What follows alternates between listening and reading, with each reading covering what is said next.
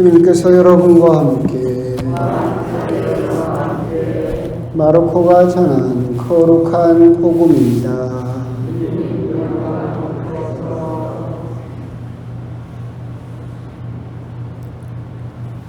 그 무렵 예수님께서는 회당에서 나오시어 야고보와 요한과 함께 곧바로 시몬과 안드레아의 집으로 가셨다. 그때 시몬의 장모가 열병으로 누워 있어서 사람들이 곧바로 예수님께 그 부인의 사정을 이야기하였다. 예수님께서 그 부인에게 다가가시어 손을 잡아 일으키시니 열이 가셨다. 그러자 부인은 그들의 시중을 들었다. 저녁이 되고 해가 지자 사람들이 병든 이들과 마귀 들린 이들을 모두 예수님께 데려왔다. 온 고을 사람들이 문 앞에 모여들었다. 예수님께서는 갖가지 질병을 앓는 많은 사람을 고쳐주시고 많은 마귀를 쫓아내셨다. 그러면서 마귀들이 말하는 것을 허락하지 않으셨다. 그들이 당신을 알고 있었기 때문이다. 다음날 새벽 아직 캄캄할 때 예수님께서는 일어나 외딴 곳으로 나가시어 그곳에서 기도하셨다. 시몬과 그 일행이 예수님을 찾아 나섰다가 그분을 만나자 모두 스승님을 찾고 있습니다 하고 말하였다. 예수님께서 그들에게 말씀하셨다. 다른 이웃 고을들을 찾아가자. 그곳에도 내가 복음을 선포해야 한다. 사실 나는 그 일을 하려고 떠나온 것이다. 그러고 나서 예수님께서는 온 갈릴레아를 다니시며 회당에서 복음을 선포하시고 마귀들을 쫓아내셨다. 주님의 말씀입니다.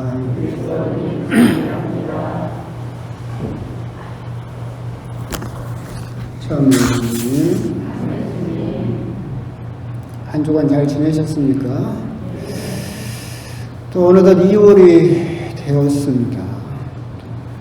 다음 주면 또 설날도 되고 또 설이다라고 하면서 또 지나면 또 금세 또 제수요일 또 사순시기가 우리를 기다리고 있고 올해는 모르겠습니다. 작년과는 다르게 또 사순시기를 제수요일부터 시작해서 신자분들과 함께 또 이렇게 사순시기를 살아낼 수 있을지 또 그러기를 바라긴 하지만 하여튼 여러 가지로 불확실하고 그럼에도 불구하고 또 그래도 이렇게 미사를 함께 드릴 수 있다라는 것만으로도 참으로 감사한 일이다라는 그런 생각이 듭니다. 많은 분들하고 이제 이야기를 하다 보면 가끔 그런 이야기들을 많이 하실 때가 있어요. 여러분도 비슷할 것 같습니다. 제가 여러분들에게 물어본다면 여러분들은 다시 과거로 되돌아갈 수 있다라고 한다면 언제적으로 되돌아가고 싶습니까? 그래서 제일 만만한 사람이 해설자 자매님이신가? 언제적으로 되돌아가고 싶어요? 학교 때로? 무슨 학교 때요? 고등학교 때로? 얘들은 뻑뻑 나가지고 별로 이쁘지도 않겠구만. 근데 그런 것 같아요. 이렇게 이야기를 하다 보면 우리 자매님들이나 막 이렇게 하면 언제적으로 꽃피던 처녀 쪽으로 되돌아가고 싶고 막 그런 이야기들을 예? 다, 예? 5살? 우리 어머니는 5살로 가고 싶다고 멀리도 가시네. 그런 이야기들을 많이 하시더라고요.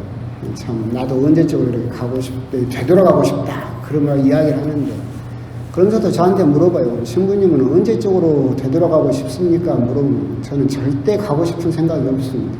저는 지금이 좋습니다. 과거로 가가지고 또 여러분들이 과거로 간다고 해서 뭐 별다른 삶을 살 것 같습니까? 또 똑같은 실수를 할 것이고 비슷한 삶을 살 것이고 또 아등바등 지금처럼 이가는 남편을 도로 만나게 될 것이고 저는 뭐 과거로 되돌아가고 싶은 생각은 특별하게는 없어요. 그런데 이제 우리가 그런 생각을 왜 할까 생각을 해보면 간단한 일이에요. 사실은 우리들은 본성 자체가 어떻게 되어 있느냐라고 한다면 슬픈 일은 현재형이죠. 힘든 일은 현재형이고 기쁜 일은 과거형이에요. 항상 그러잖아요. 그래서 언제적이 제일 좋았어요? 그러면 우리는 거의 100이면 100 언제입니까? 여러분이 방금 말씀하신 꽃피는 처녀 시절 5살 고등학생 이때로 과거로 그때가 좋았다고 생각을 하는 거죠. 그러면 또 물어보면 언제가 제일 힘듭니까? 지금이 제일 힘들다고. 거의 대부분 그런 것 같아요. 이제 그런 이야기를 왜 드리느냐라고 한다면, 그러다 보면 우리가 이제 꼭 그런 건 아니지만 언제적으로 되돌아오고 싶다라고 하는 것은 나의 좋았던 시절이 옛날에 있다라고 하는 이야기는 다시 말하면 무슨 말이에요? 지금 별로 행복하지 않다라는 의미가 될 수도 있겠죠. 그건 또 다른 의미일 수도 있는데 만족할 수는 없는 이야기니까. 그럼에도 불구하고 그렇기 때문에 지금 우리가 기쁨이 별로 없다라고 하는 결론이 나올 수밖에 없을 것 같아요. 내가 지금도 여러분에게 물어보면 기쁘십니까? 물어보면 여러분들 100이면 100 별로 기쁠 일이 없어요 라고 대답할 거예요. 그런데 그렇게 지금 현재 기쁠 일이 없는 이유가 뭐예요? 기쁜 시절이 옛날에 있었고, 언제가 제일 힘들어요? 지금이 제일 힘드니까 그런 대답을 하지 않는다라는 생각을 하는데, 왜 이런 말씀을 드리느냐면 오늘 복음도 그렇지만 예수님께서 우리에게 오셔가지고 수많은 이야기를 하셨어요. 예수님께서 하셨던 말씀 중에서 제일 중요한 말씀이 뭘까요? 사랑? 용서? 화해? 회개? 하느님 나라? 구원? 뭐 같아요? 사랑. 근데 사랑이긴 하죠. 내가 여기서 사랑 아니라고 하면 안 돼요. 신부가 사랑은 맞아요. 그런데 그것보다도 더 근원적인 게 뭐냐면 오늘 복음에 나오는 기쁨이에요. 기쁨. 복음이라는 뜻이 뭐예요? 기쁜 소식. 사랑을 왜 해요? 기뻐지기 위해서. 회개를 왜 해요? 죄를 용서받는 기쁨을 느끼기 위해서. 용서를 왜 해요? 그 사람과의 관계가 회복됨으로 인해서 거기에서 오는 기쁨을 우리가 되찾기 위해서. 예수님께서 하셨던 그 많은 사랑이나 회개나 용서나 그 많은 것들 중에서 다 털고 정말로 예수님께서 우리들에게 하시고자 하셨던 말씀이 뭐냐라고 한다면, 오늘 복음 말미에 있는 내가 복음을 선포해야 한다. 나는 그 일을 하려고 하나님을 떠나서 여기 와 있는 것이다. 복음, 기쁨을 너희들에게 이야기해야 한다라고 예수님께서는 이야기를 하고 계시죠. 결국은 기쁨을 우리들에게 주고 싶은 것이고, 우리가 사랑을 하고 용서를 하고 회개를 하고 다른 사람들과의 그런 믿음을 이야기하는 것 역시도 우리가 소중한 기쁨을 다시 되찾기 위해서 이 모든 일들을 하고 있다. 그렇다면 나는 지금 현재 아까 말씀드린 바와 똑같아요. 기쁘십니까? 물어보면 대부분 기쁘다라는 대답을 하지 못한다라고 하는 거죠. 그런 점에서 우리가 오늘 복음을 조금 묵상하실 필요가 있어요. 오늘 복음은 예수님께서 3년 동안 하셨던 공생활에 매일매일 되풀이되는 하루의 삶을 이야기를 하고 있는 거잖아요. 예수님께서는 하루를 이렇게 사셨다라고 하는 거죠. 예수님께서는 정말 어떻게 말하면 기쁨을 이야기를 하셨고, 또한 그 기쁨에 따라서 당신이 참된 기쁨을 가지고 사셨던 분이다라는 생각이 드는데, 이 기쁨은 그렇다면 어떻게 하면 느낄 수 있느냐라고 한다면, 제가 누누이 말씀드렸잖아요. 기쁨은 두 가지가 있고 여러 가지 이야기를 했지만, 간단하게 말하면 밖에서 오는 기쁨이 있고 안에서 만들어내는 기쁨이 있어요. 그러잖아요. 간단하게. 밖에서 오는 기쁨은 뭐예요? 옛날에 예를 든 거, 요즘 제일 좋은 게 제일 반가운 소식이 뭐예요? 여러분들에게 제일 기쁜 소식, 택배 왔습니다. 이게 밖에서 오는 기쁨이지. 그죠? 그런데 이건 금방 사라져버린다고 그랬잖아요. 이것과 다르게 안에서 내가 만들어내는 기쁨, 이것은 상황이 변한다 하더라도 없어지지 않는 기쁨이다. 예수님께서 기쁨을 이야기를 하셨고, 우리가 그 기쁨을 간직하기 위해서 맨날 옛날에다가 기쁨을 둬놓고 그것만 추억하지 말고, 지금 내가 기뻐하기 위해서는 여러분들이 지금 그 기쁨을 만들어낼 수 있어야 된다라고 하는 거죠. 그럼 내 안에서 기쁨을 만들어내기 위해서는 어떻게 해야 됩니까? 라고 물어보면 오늘 복음에도 답이 나와 있죠. 예수님께서 날이 어둑어둑해서 아직 해도 뜨지 않았을 때 예수님께서 맨 처음 하신 일이 뭐였어요?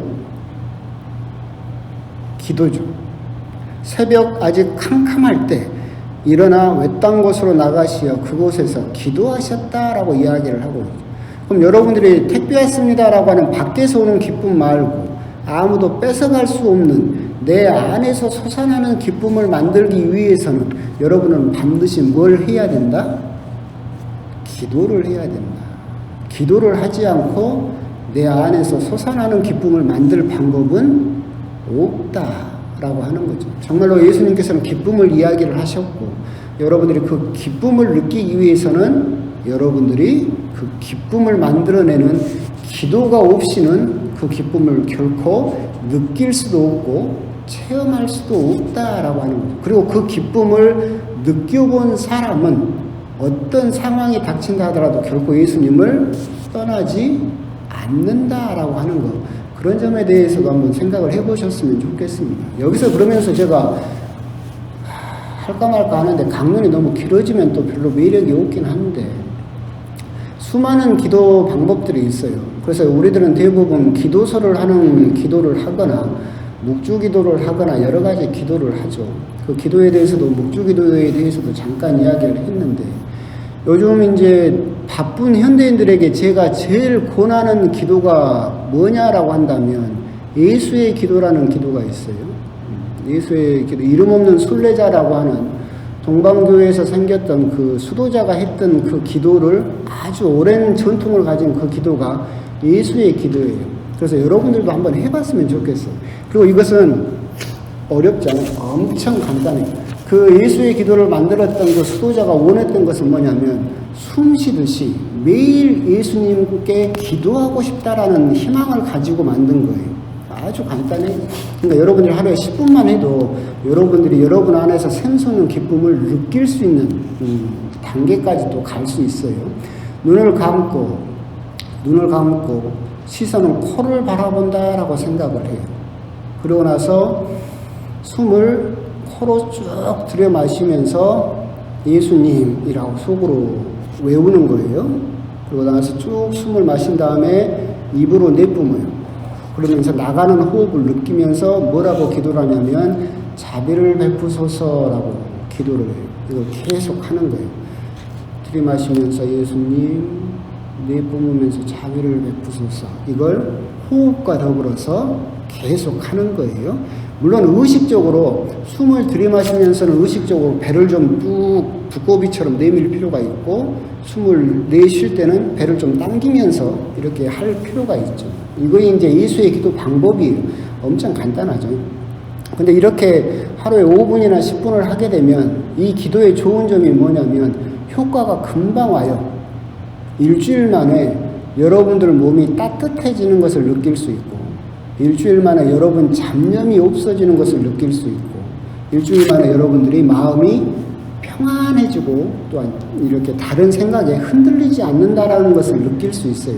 이게 이제 오랜 전통화에서 했던 아주 기본적인 예수의 기도 방법이고 여러분들이 성체조배를 하기 전이나 아니면 여러분들이 기도를 하기 전에 이렇게 예수의 기도를 5분 정도라도 한다면 여러분들이 훨씬 더 여러분 안에서 기쁨을 만들어낼 수 있을 것이다. 근데 함정이 있어요. 우리 머리는 끝도 없어가지고 예수님 자비를 베푸소서 하면 처음에는 잘 돼요. 근데 이게 좀 익숙해지면 예수님 임영웅이 내 자비를 베푸소서 하면 영탁이 들이마시면서 뽕숭아 학당 내쉬면서 미스터 트롯 해가지고 생각이 딴 데로 갑니다. 사람이 그러거든요. 그러게 되면 이제 문제가 이렇게, 그러면 기도가 이렇게 또 정신 집중이 안 돼. 그럴 때 쓰는 또 극약 처방이 있어요. 방법은 똑같아. 말을 바꿔요. 예수님 자비를 베푸소를 바꿔요. 들이마시면서 하나, 내쉬면서 둘, 들이마시면서 셋, 내쉬면서 다섯 해가지고 10까지 세. 10을 세고 나면 다시 하나, 둘, 셋, 넷 하고 10까지만 세고 다시 하나. 여러분들 이거 해보면 재밌는 게 뭐냐면 이것도 익숙해지면 11, 12, 13, 14 하고 있는 나를 발견하게 돼. 그러니까 입으로는 생각으로는 그걸 하면서 벌써 딴 생각을 해버리기 시작하죠. 그러면 그때는 다시 되돌아와서 하나, 둘, 셋을 다시 천천히 세고 이게 익숙해지면 다시 예수님 자비를 베푸소서로 되돌아가서 이 기도를 해보셨으면 좋겠어요. 이게 아주 간단한 기도인 것 같지만 이 예수의 기도를 본딴 게 뭔 기도인지 알아요? 향신 기도예요. 여러분들이 향신 기도라고 들어봤죠? 이 향신 기도의 뿌리가 이 예수의 기도 나온 그 기도거든요. 그래서 제가 맨날 기도하십시오, 기도하십시오 말만 하면 그러니까 이 예수의 기도를 한번 차근차근 해보시면서 여러분들이 여러분 안에서 그런 기쁨들을 한번 계속해서 만들어내신다면 그렇게 고등학생으로 5살로 되돌아가고 싶은 그런 것이 없이 지금 현재의 기쁨에 만족할 수 있는 그런 또 모습을 또 되지 않을까 이제 그런 생각도 합니다.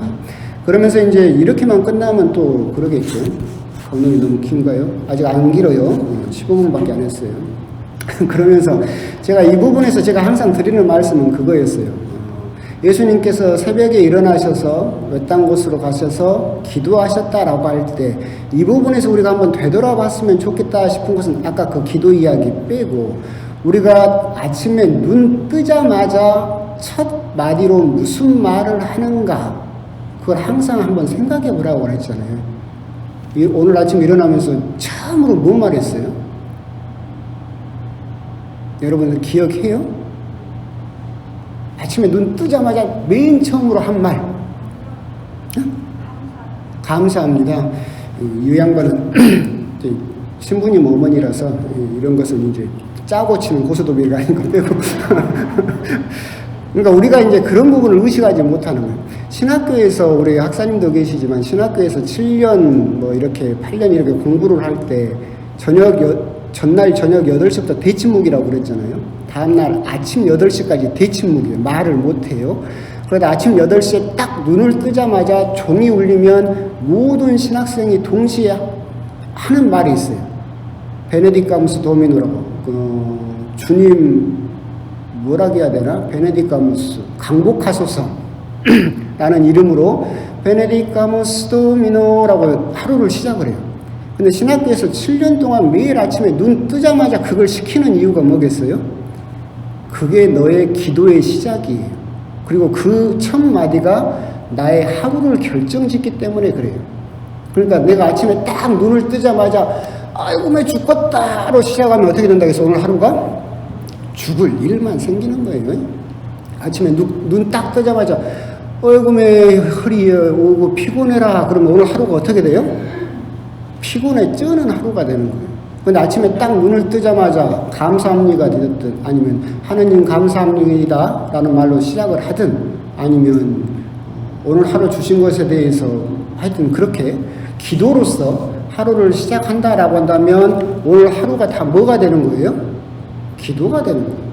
오늘 하루를 눈을 뜨자마자 내가 맨 처음에 하느님에 대한 기도로서 하루를 시작을 하면 내 온 하루가 하느님께 드리는 기도의 삶이 될 수 있다. 그래서 오늘 복음에서 우리가 한 가지 또 묵상해 봤으면 좋겠다 싶은 것은 예수님께서도 아침에 일어나시자마자 다른 이야기를 하신 것이 아니라 기도로서 하느님에 대한 이야기로서 하루를 시작하셨던 그 모습을 보면서 우리 역시도 하루를 시작할 때 눈을 뜨자마자 내가 무슨 말로 오늘 하루를 물들이고 있는가 시작하고 있는가 그래서 곰곰이 생각하셔서 되도록이면 아침에 눈 뜨자마자 성호경으로도 시작할 수 있을 것이고 감사합니다로도 시작할 수 있을 것이고 그렇게 하느님에 대한 찬미와 하느님에 대한 감사로 하루를 시작하게 되면 나의 모든 하루가 다 기도로서 이루어질 수 있다라고 하는 점 그런 점에 대해서